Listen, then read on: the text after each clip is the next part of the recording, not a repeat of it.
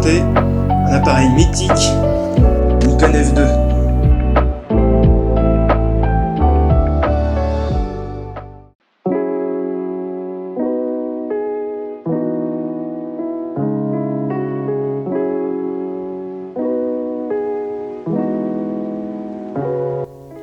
Alors le Nikon F2, qu'est-ce que c'est? C'est un appareil photo argentique, 35 mm. C'est un appareil qui est sorti en 1971, qui était destiné aux professionnels de la photographie. C'est un appareil qui a été assez renommé en fait pour sa robustesse, le fait qu'il soit tout mécanique et aussi le fait qu'il n'y ait pas besoin d'avoir de piles pour le faire fonctionner. Techniquement, c'est un appareil qui est réputé pour être extrêmement fiable.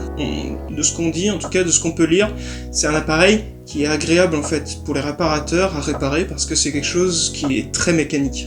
Il a juste besoin en fait de ces deux petites piles pour la cellule, le posomètre. Le calcul de la lumière va se faire dans le viseur et donc en fait ces piles là vont donner l'énergie afin de pouvoir savoir comment on va exposer notre photo. Cet appareil il est très chouette à utiliser parce que il est hyper complet. Il y a beaucoup d'informations dans le viseur est clair, il est large, d'ailleurs beaucoup de choix de viseur aussi, et il a cette possibilité de monter au moins jusqu'au 2 millième de seconde.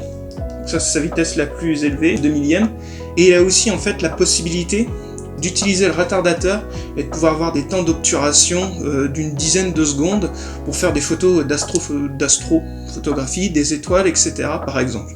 Donc c'est un appareil qui va se présenter de cette manière. Donc, il est relativement simple pour un appareil de 35 mm.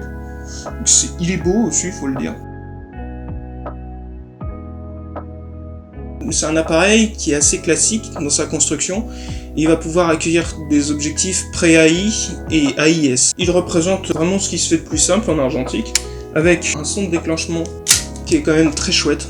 Donc c'est un appareil qui avait cette capacité d'être tout terrain, et il pouvait vraiment aller dans la jungle, dans le désert, au milieu de la foule et tout. Il a vraiment été utilisé par des photographes reporters de l'époque des années 70-80, donc il était très apprécié pour ça. C'est un appareil qui est quand même relativement lourd, parce que tout mécanique, mais au moins quand on l'a en main, on a quand même vraiment l'impression d'avoir quelque chose d'assez robuste, et ça c'est quand même très plaisant.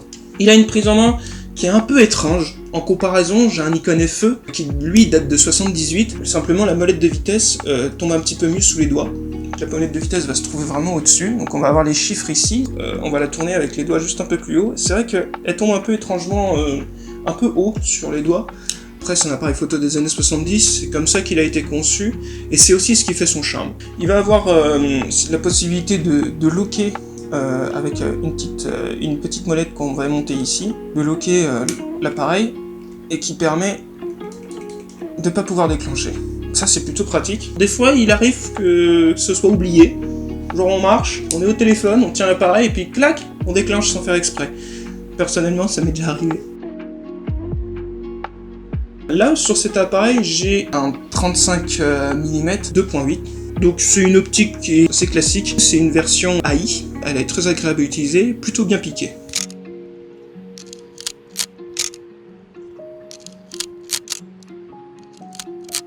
C'est un combo que je pourrais recommander, ou alors avec un 50 mm 1.4 qui est aussi très chouette.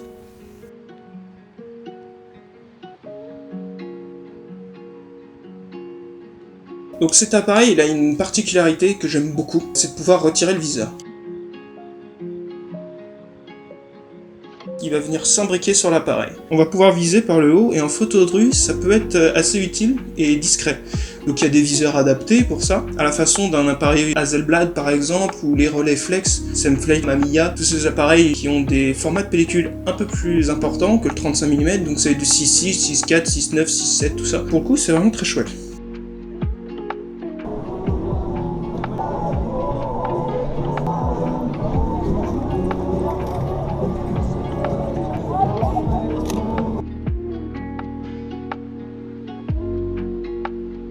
Donc, il y a la petite patte en dessous ici, qui va se trouver juste au-dessus là, qui en fin de compte va venir se coupler avec les petites oreilles de lapin qui sont au-dessus là. Il faut bien les coupler. Donc le couplage aussi des vitesses. On va appuyer dessus bêtement. Donc là, il est remis. Et après, on tourne la molette des vitesses qui est là. Tac. Et là, il revient et il est couplé. Donc pour ça, cet appareil il est très chouette parce qu'il peut avoir un petit style un peu moyen format. Et moi j'avais bien envie d'avoir ce petit plus en fin de compte pour l'utiliser. Et toute la gamme F, sauf le Nikon F6 qui est sorti beaucoup plus tard, n'avait pas cette possibilité. Mais jusqu'au F5, on pouvait retirer le viseur et pouvoir en fin de compte viser par le haut.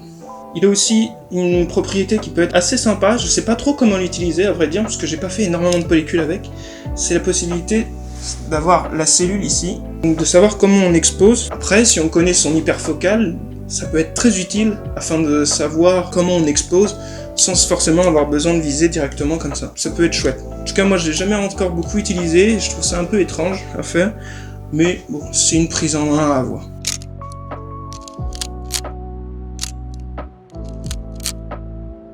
Donc c'est un appareil photo qui va s'ouvrir, la plupart des appareils photo 35 mm vont s'ouvrir avec la petite trappe qui est là, on va tirer dessus et ça s'ouvre.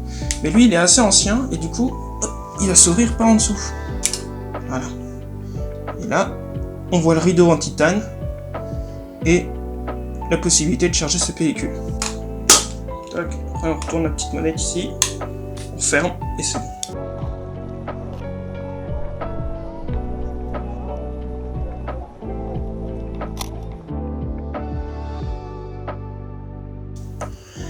Donc moi c'est un appareil photo que j'aime beaucoup, qui est en complément en fin de compte de mon Fuji X-T2 que j'utilise ici en numérique, d'un Nikon FE que j'aime beaucoup parce qu'il a un mode automatique qui permet de pas trop s'embêter, et cet appareil hyper robuste, hyper lourd, et vraiment on peut le balader partout. Par exemple en randonnée, on peut avoir une panne de pile, si on a un petit peu l'œil sur l'exposition, c'est un appareil photo qui fera super bien l'affaire et pour le coup il est vraiment chouette pour ça.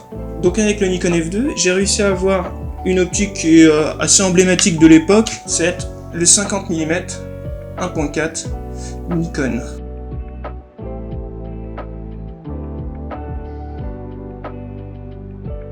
Donc ça c'est vraiment une optique hyper classique, j'en suis assez content, je trouve qu'il a plutôt un bon piqué et un caractère aussi qui est vraiment chouette, qui est vraiment représentatif de Nikon.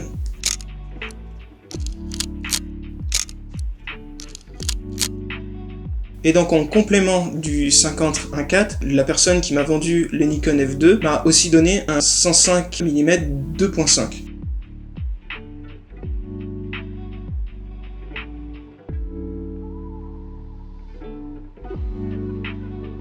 Donc cette optique c'est quoi? C'est une optique assez légendaire. C'est une optique que le photographe Steve McCurry a utilisée pour faire un portrait qui est mondialement connu, c'est la femme afghane. Et donc cette optique a permis cette photo. C'est peut-être pas cette version-là de l'optique, quoique. La personne à qui j'ai acheté le F2 est un ancien réparateur de chez Nikon, et il m'expliquait que cette optique c'était qualitativement la meilleure. Il y a eu d'autres Nikkor 105 2.5, en AIS, etc. Mais la formule optique restait la même, mais la conception du verre changeait, et il m'expliquait que le piqué n'était pas du tout le même, et que celle-là, en tout cas, c'était la meilleure. C'est vraiment quelque chose qui peut être assez appréciable d'avoir vraiment une optique qui pique beaucoup. En argentique, c'est vraiment chouette. Donc c'est une optique que j'ai utilisée pour faire en particulier du portrait, et j'en étais vraiment impressionné.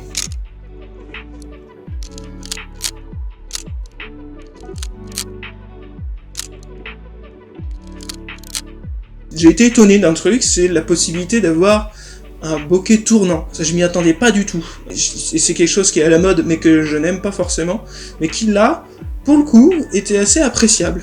Donc oui, c'est une optique que j'apprécie énormément.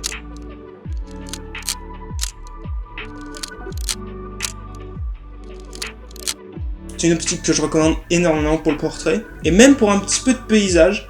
Je l'ai testé sur un paysage, et même à l'infini, je suis impressionné parce que en général, l'infini se décale un petit peu sur les vieilles optiques. Et sur celle-là, l'horizon était parfaitement net. Donc voilà, je suis vraiment tombé amoureux de cette optique, et je l'aime beaucoup, et j'aimerais la tester prochainement en noir et blanc.